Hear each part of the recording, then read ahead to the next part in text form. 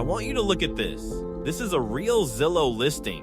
It has a price, it has an address, it has an agent's phone number at the bottom. I found 7 of them. 7 properties listed right now in 2026 that stopped me cold when I found them. Not because of what their listing descriptions say, but because of what they show you when you actually look. 7 listings, real addresses. And I'm going to take you through every single one.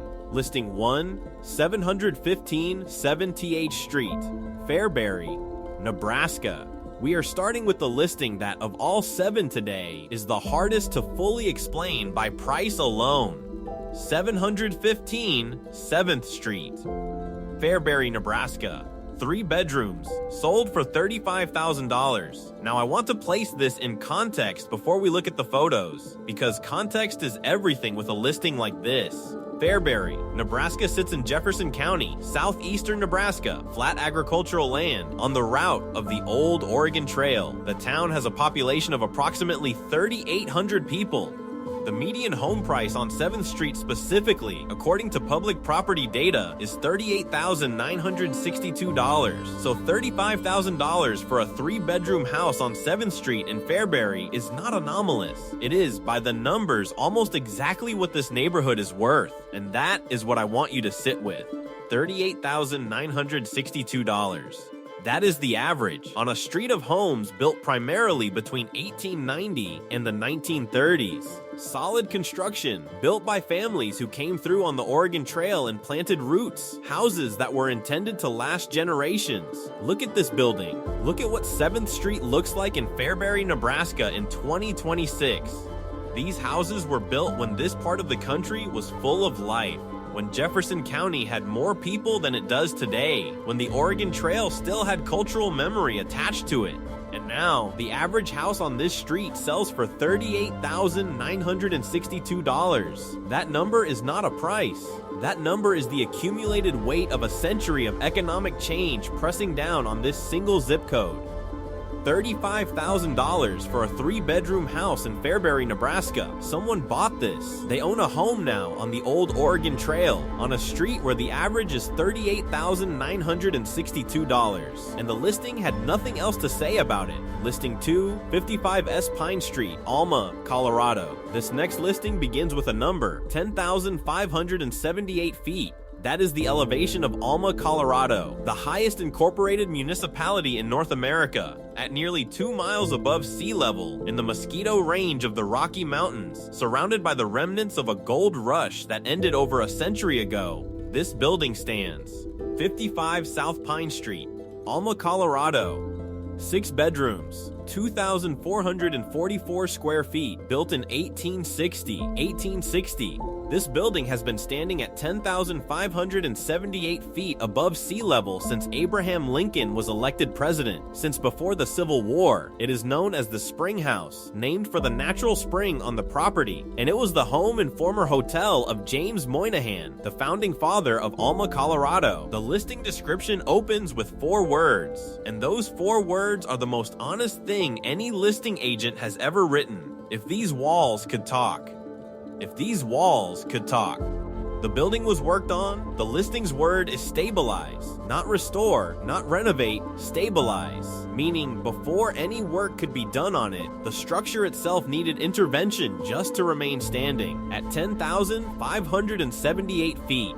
After 165 years, the property is zoned mixed use. It has a natural spring.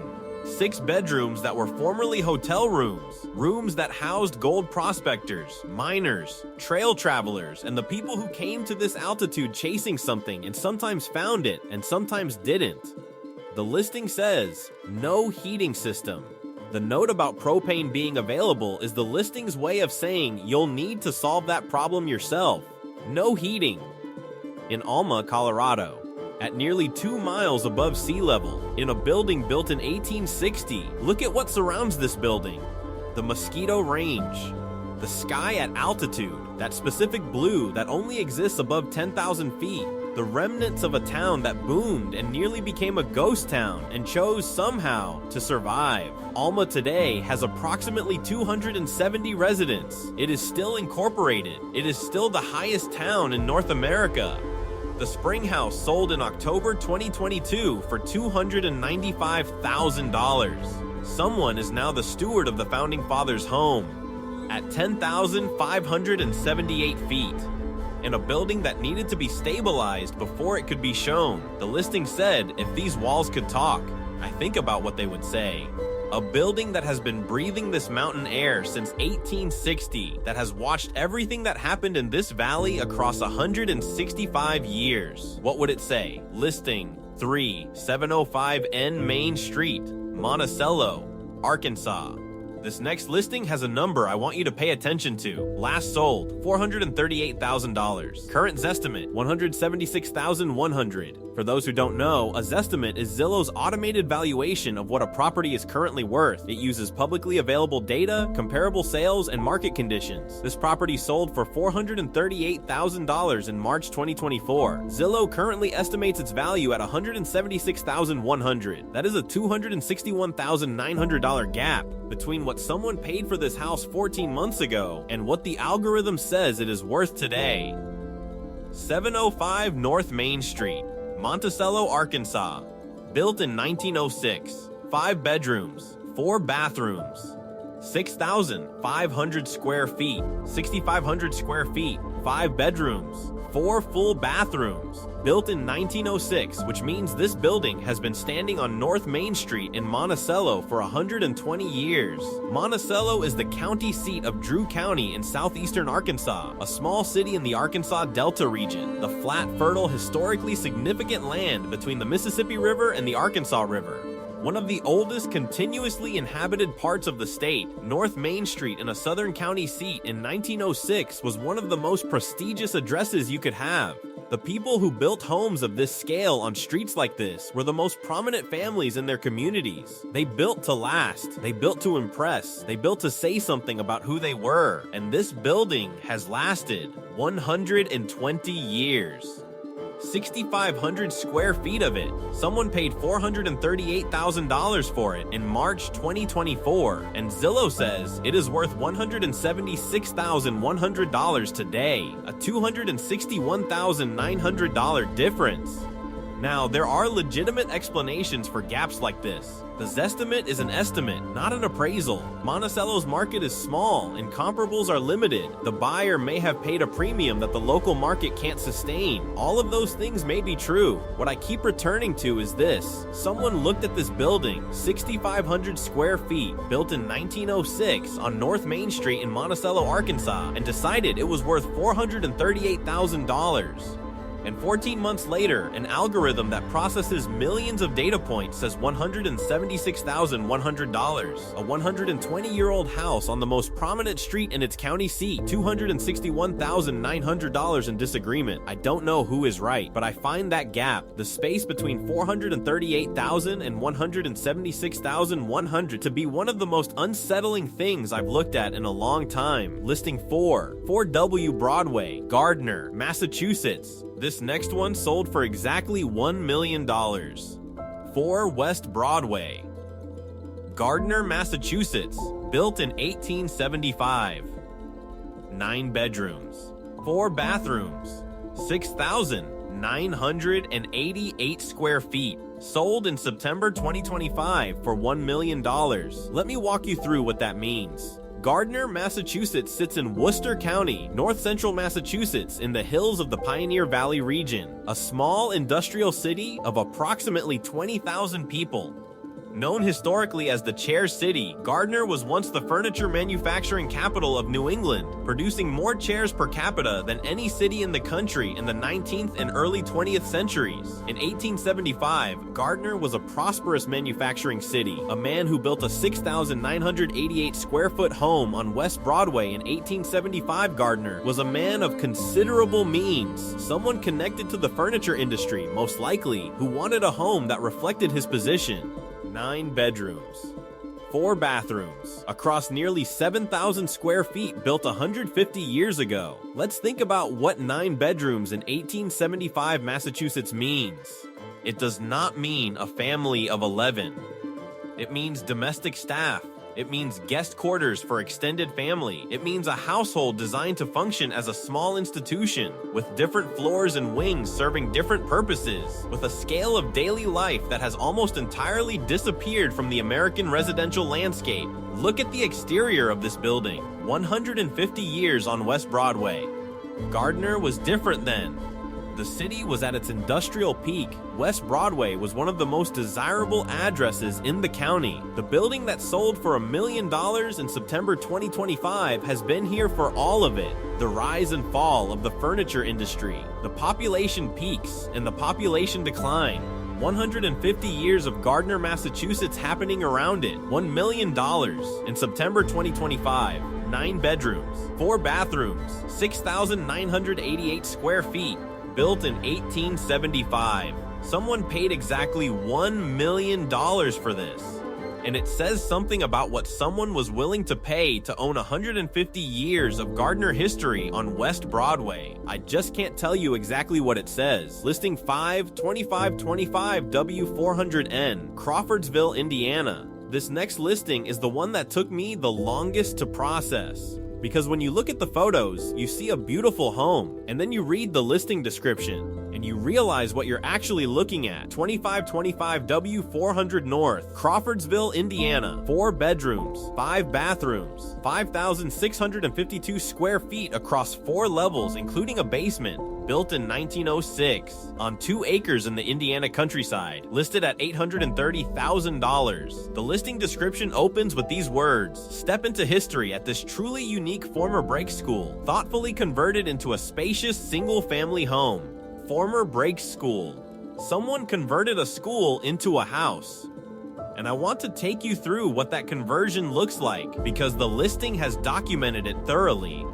The main level, what was once the ground floor of an operational school building, features a large foyer with wide hallways. The listing specifically calls out the wide hallways. Wide hallways because they were designed for children moving between classrooms, not for a residential family. A fully equipped kitchen, a dining room, a family room with a fireplace, a large living room with its own fireplace, and a library. The second floor, formerly, presumably, the upper classroom level, now contains 2 expansive primary suites, each with walk-in closets, full bathrooms, and fireplaces, a laundry room between them. The third floor adds a second kitchen, a dining area, a living room, 2 more bedrooms, and a full bathroom. The listing describes this as perfect for guests, extended living, or multi-generational use. There are 3 floors of living space above a basement, in a building built in 1906 as a school for the children of Crawfordsville, Indiana. The basement includes a finished half bath and laundry combination, a 1-car garage, a wine cellar, additional storage, and a workshop, a wine cellar, in a former schoolhouse. Outside, a pole building with 2 overhead doors. A small barn, a travel trailer with a wood deck that the listing notes can remain with the property, all on 2 acres of Indiana countryside, $830,000. The listing says this property offers endless possibilities, from a distinctive private residence to a potential bed and breakfast or creative retreat. It also says a rare opportunity to own a one-of-a-kind piece of local history. The break school has been standing on this land since 1906, 120 years. It was built to educate the children of this part of Montgomery County, Indiana. Those children are gone now. Their grandchildren are gone. Their great-grandchildren may be gone. And someone converted the building into a home with a wine cellar in the basement, $830,000. On W400 North. Available, listing 6, 4132 Livingston Road, Central Point, Oregon. This next listing has 3 words in the listing description that I want to show you before anything else. Cash only. In real estate, cash only means one specific thing. It means no bank will finance the purchase of this property. No lender, after sending an appraiser to evaluate the building, has agreed to attach a mortgage to it. Which means either the property has structural problems severe enough that a bank won't back it, or the property has something about it that the standard appraisal process cannot fully value. Usually it is both. 4132 Livingston Road, Central Point, Oregon. The original Livingston estate, built in 1914. 6 bedrooms, 6 full bathrooms, 1 half bath, 6,965 square feet across 3 levels, set on 3.71 acres with panoramic views of the Rogue Valley and the mountains beyond, listed at $649,000, cash only.